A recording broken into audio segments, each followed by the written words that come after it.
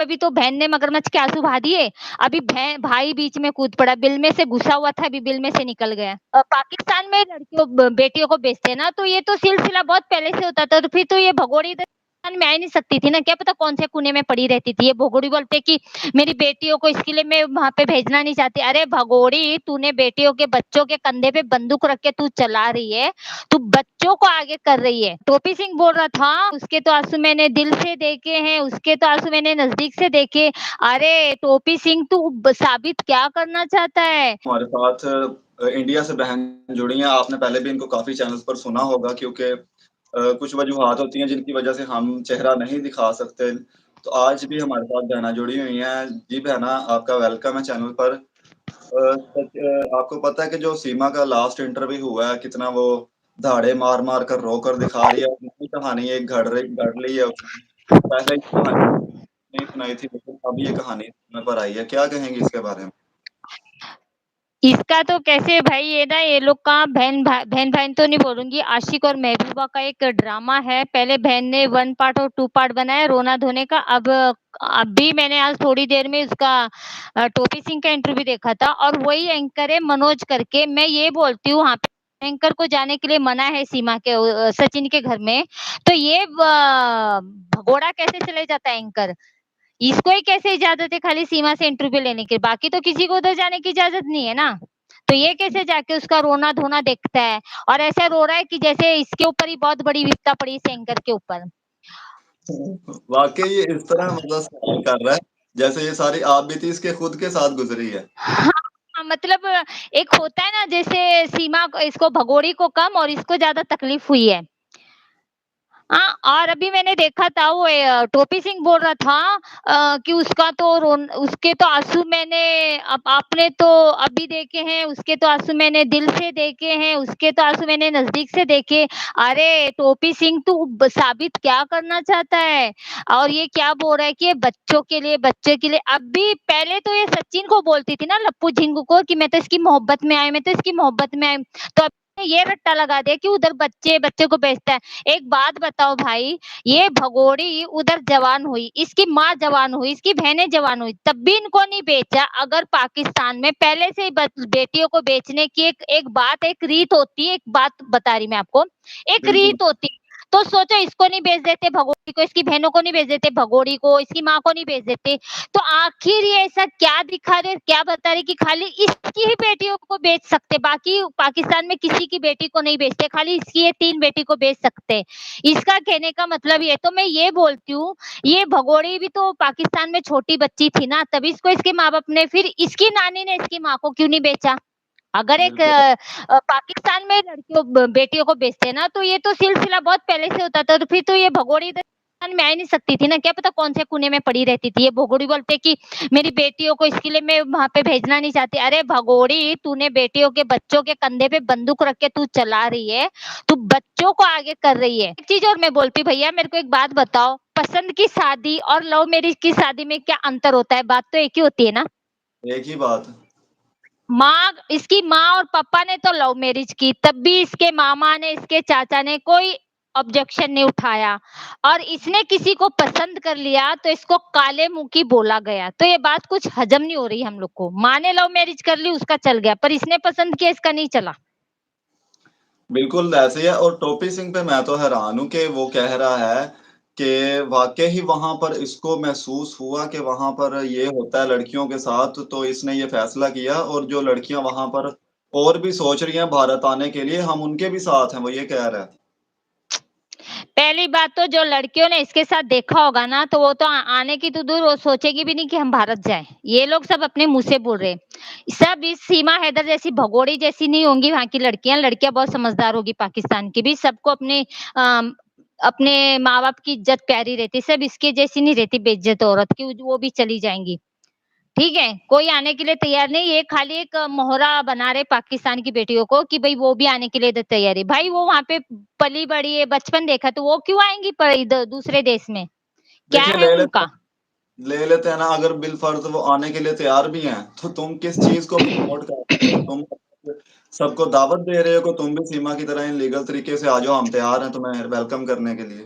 अगर ऐसा होगा ना तो मैं तो अपने प्रिय मोदी जी को बोलूँगी, फिर पाकिस्तान के वहाँ से वो बॉर्डर को हटा दे, क्यों हमारे सैनिक रात-दिन वहाँ पे तैनात रहते, क्यों अपनी जान खोते जब पाकिस्तान से लड़कियों को आना ही है, तो फिर वहाँ से एक रास्ता ही खोल देना, भई कोई भी और कोई भी जाओ। फिर इतनी जाँच नहीं होनी चाहिए, इतना कुछ भी नहीं होना चाहिए। जो एपी सिंह चाह रहा तो फिर तो उससे तो यही होना चाहिए ना। फिर बिल्कुल एपी ऐसे सिंह बोल दे फिर एपी सिंह बोल दे हमारे मोदी जी को कि भई बॉर्डर खोल दो, बॉर्डर पे किसी को मत तैनात करो, कोई भी आए, कोई भी जाए, तो बोल देना एपी सिंह को। जो एपी सिंह 55 साल का बुड्ढा बोल रहा है कि पाकिस्तान से भी बहुत सारी लड़कियाँ आना चाहती है। बिल्कुल और और जो एक ये जी, जी। और एक चीज़ और मैं हूँ, ये भगोड़ी मेरे को बोल रही थी कि हैदर बोल रहा था कि हैदर ने मेरे सामने उसकी लड़की को बेचा।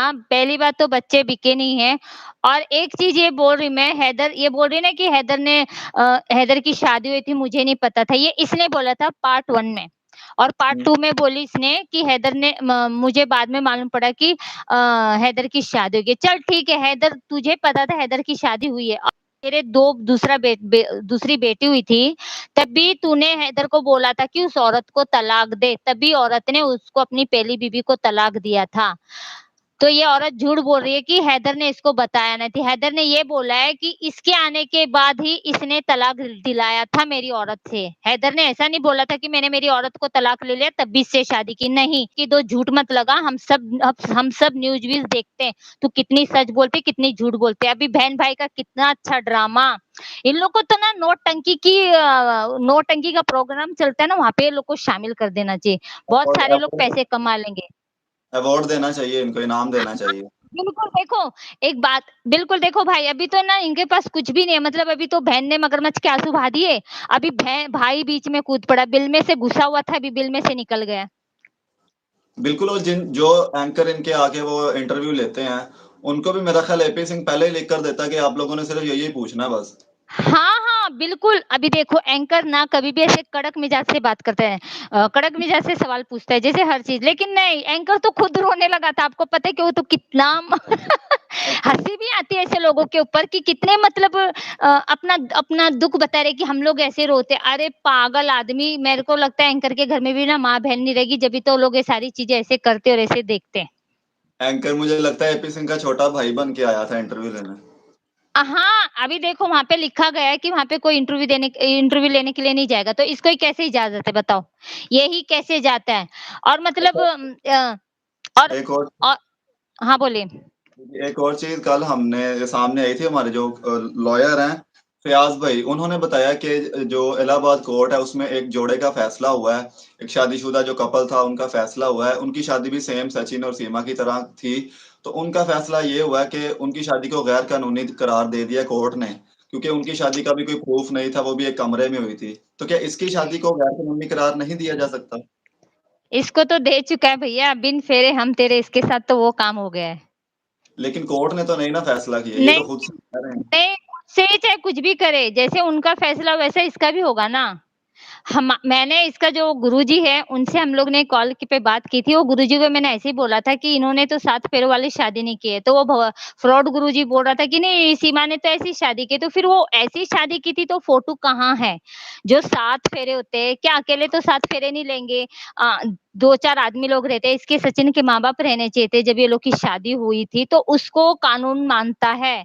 ऐसे कमरे में तो ऐसे हर कोई सिंदूर भरेगा और एक बच्चा पैदा करेगा और बोलेगा मैंने शादी कर ली। तो यहाँ पे क्या जनसंख्या थोड़ी बढ़ानी है हम लोग को देश में। गुरुजी हैं, वो गुरुजी सीमा की साइड क्यों ले रहे थे? मतलब उनके पीछे आपको क्या लग रहा है? आपने उनसे बात की है, आप कह रही थी कि उनकी शादी नहीं हुई, वो कह रहे थे उनकी शादी हुई है। अभी आप एक सोचो, इनकी तो प्लास्टिक की माला से घर में सचिन के घर के ही फोटो है वो, प्लास्टिक की माला डाली, हालाँकि असली फूलों की माला भी नहीं है वो, ध्यान से देखना।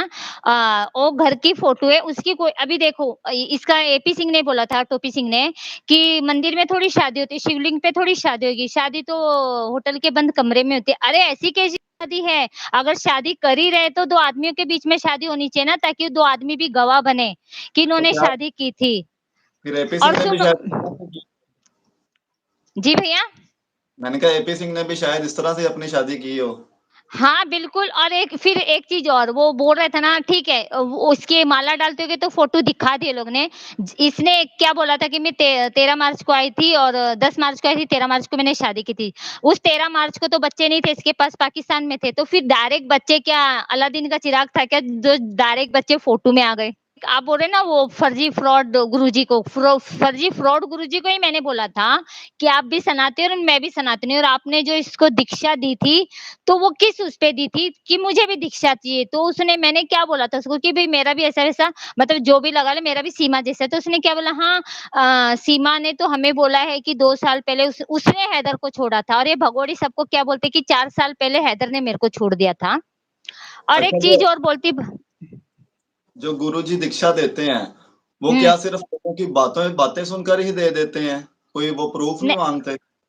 नहीं, पहली बात तो ये गुरुजी भी तो एपी सिंह के दोस्त है ना, टोपी सिंह अच्छा, के। सही, सही। तो फिर जैसा गुरु वैसा चेला तो होगा ही ना। सही हो गया। अच्छा ये गुरुजी दोस्त हैं उनके। हाँ, मतलब नहीं जो तो भी देखो मिलता है वो फिर एपी सिंह की परमिशन से ही मिलता है। हाँ, बिल्कुल ये जो चुसा हुआ आम बैंकर है ना, ये भी एपी सिंह के बोलने से ही गया था उसके घर पे कि अभी तू जाके उसका अब एक सोचो उसका कोई रोने का कोई एक आँसू भी जो नीचे टपका हो, खाली खाली हाँ, सेमड़ा ऊपर कर रही थी। वो मतलब कि 10-15 मिनट रोती रही है और मैं भी यही चीज़ ज़रा ज़ूम कर के देख रहा था कि कोई आँसू मुझे नज़र आ जाए, लेकिन आँसू नज़र नहीं आया।